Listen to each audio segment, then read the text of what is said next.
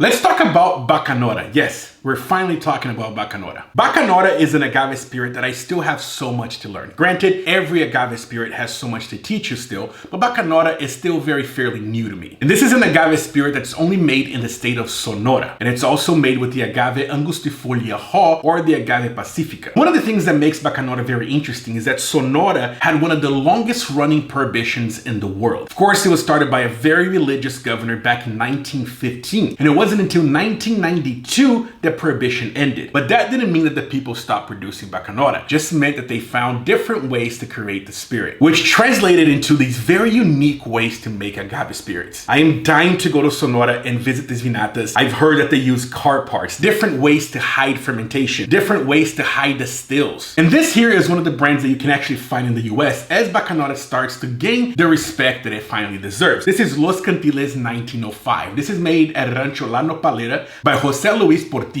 And one of the things that we're seeing a lot happen, especially in the northern states of Mexico, are these cattle ranchers that have so much agaves in their ranches that they're just going to waste, really. So instead of letting that happen, they're partnering with amazing vinateros and mezcaleros, and they're using that agave to create amazing agave spirits. And that is the case of Los Cantiles. And I've heard amazing things about this Bacanora, so let's try this.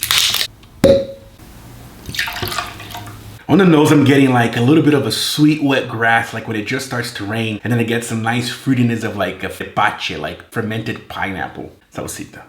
I'm getting so much citrus on here. It's like biting into a lemon, into a grapefruit, into an orange. I love that. It has a nice little kick, like a little spice on the tip of your tongue. Really nice, mellow sweetness that finishes off with like a hay-like note. If you want to learn more about Bacanora, I cannot urge you enough to follow my friend Brian Orozco, who is one of the most knowledgeable guys when it comes to agave spirits, and especially Bacanora. So I'm going to tag him below. Please follow him. Let's learn about Bacanora together. Salita.